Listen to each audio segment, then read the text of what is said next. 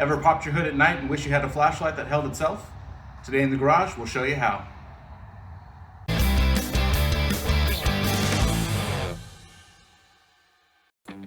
I will say, coming from the print industry, I can appreciate good print and packaging.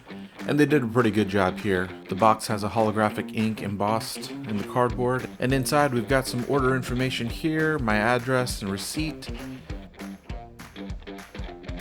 And then inside the box, it looks like we've got the LED strip itself, a wiring loom, a sticker, and some miscellaneous hardware. Let's open this up and see what's actually in the bag. Looks like we have an instruction card with a QR code for an install video. Again, a very nice job on the print, good cardstock here.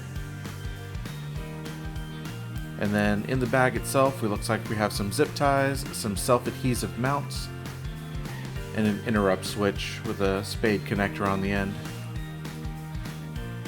The harness itself does look like it's in a loom and all the ends are terminated pretty well. And this is VHB that they're using for the adhesive on the strip of LEDs.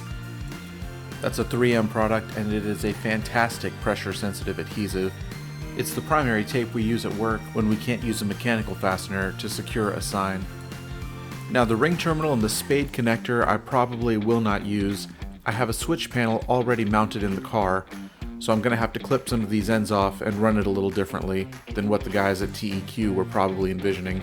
But I will say the ends are wrapped and terminated well, and the inclusion of a fuse and a switch shows some real forethought when designing this kit. And here we are at the car. Now this is an aftermarket hood, but when I compared it to the others I saw at the junkyard, it looks like a pretty good replica of the OEM hood. And if you look at the right hand side, you can see I went ahead and ran a piece of wire down the end because instead of using the self-adhesive clips, I'm going to run the wire inside the skeleton of the hood itself. And to start off, I'm just going to hit the top of the hood with some alcohol and make sure that I clean it well. VHB from 3M is a very aggressive permanent adhesive, but if you do not have a nice clean surface to stick it to, it will adhere very well to the dirt and grime instead of the hood itself. Now you can use soap and water or some degreaser, but I prefer alcohol myself just because it dries quickly and it doesn't leave any sort of residue. It will, however, probably require that you have to do several rounds of cleaning. On the 3rd Gen 4Runner, there's a nice ridge up here that'll give us a good straight line that we can follow when it comes time to apply the strip. And while we're waiting for the alcohol to dry and leaving the backing tape on, I'm just going to grab our LED strip and we're going to set it in place here to see about where it's going to fall. Now if you look closely or pause the video, you can see I've used a paint pen to mark the center of the LED strip, and that actually lines up with a hole in the middle of the hood, so I know about where it needs to land to make sure that it's even on both sides. And because I'm happy with the rough placement, I split the VHB backing tape in the middle and left 2 ends sticking out slightly so that I can secure the center of the LED strip and we can work one end at a time rather than dealing with the entire length of the strip. It's probably worth mentioning here that this strip is a little longer than most of the others that I had seen online. My original plan with this project was to build it all from scratch, and although initially it seemed like this kit was a bit on the expensive side, when I priced out all the components, because I would build it very similar to this, I think you would have a hard time building a kit with similar hardware for the price that they're selling this for.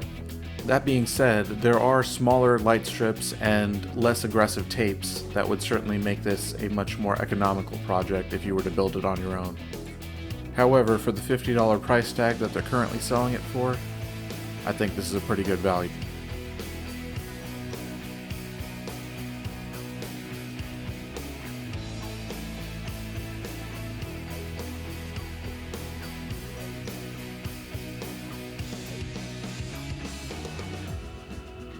Now this is Texas and it's the middle of summer, and so I'm taking a rag here and applying some upward pressure to the light strip. VHB is a pressure sensitive adhesive, but if you look at 3M's literature on it, you can actually heat it up to about 120 degrees to promote initial tack. However, if you did a good job cleaning the surface it's mounting to, pressure should be all you need. And like any good sign installation, before we actually call this good, we're going to reach behind it and see if we can use our fingernail to pull any of this away along the edge of the strip. And I'm feeling pretty good about this, so we can move on.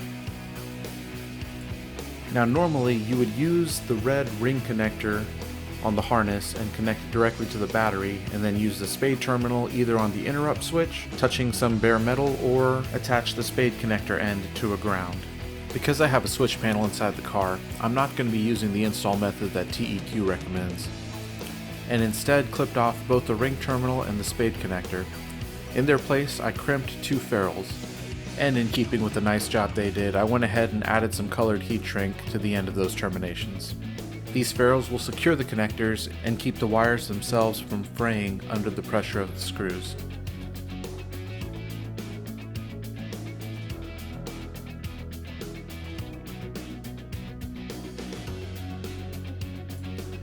And with the terminations done, I'm going to take my harness, starting with the end that connects to the LED strip, and secure it to the wire I've already snaked through the hood. Now, if you look at the path of the wire, I do need to bend towards the driver's side first and then go up to the front corner.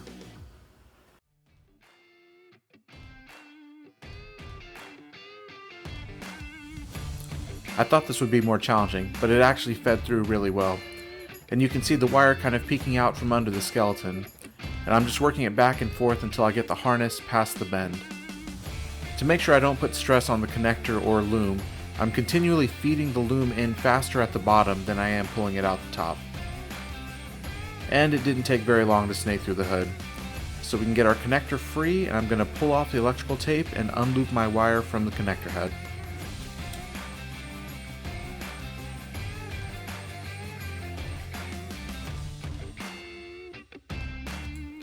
Unfortunately, I'm partially blocking the camera here, but all I'm doing at this point is clipping the 2 wire connectors together. I do think I'm going to come back and add some 1/4-inch split loom for additional abrasion resistance at the holes where the harness enters and exits the hood skeleton. I don't think it's critical since there's already a woven loom around the wires, but it's very cheap insurance.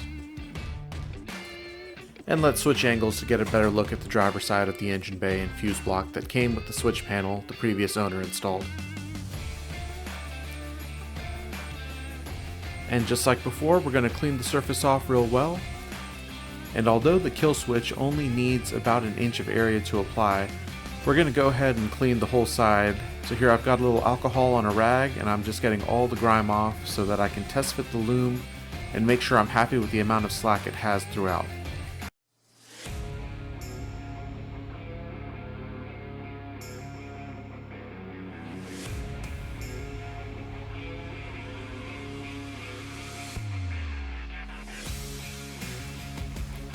So let's pull the cover off of this fuse block,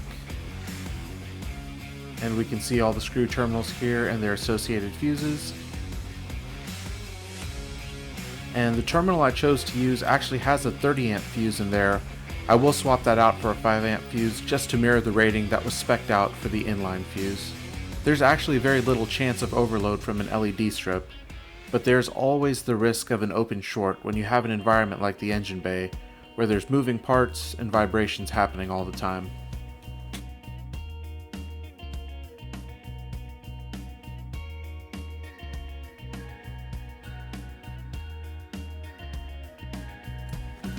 And now that that first terminal is secure, I've got a rough idea of where my kill switch is going to go. So I'm going to peel the backing tape off and go ahead and apply some pressure to stick that in place.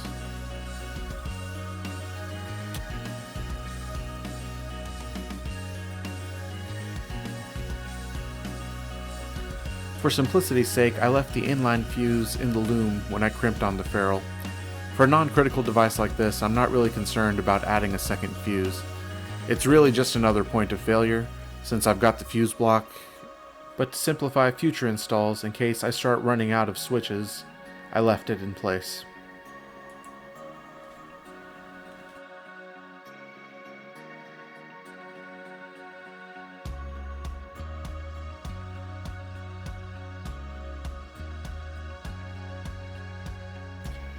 And you can probably see the screen lighten a little bit right here. That's just me inside the car making sure the switch panel is actually turning the lights on and off. And I'm just going to try it a few times.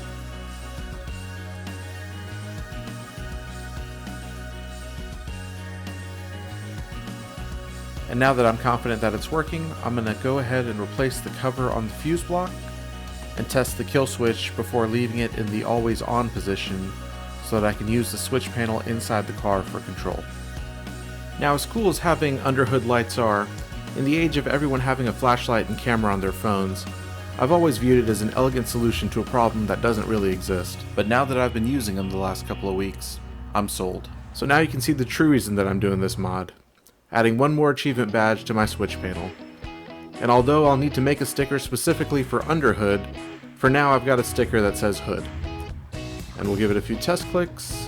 And here I've set up a camera on the engine bay so you can see in real time the difference it makes when I shut off all the rest of the lights in the shop.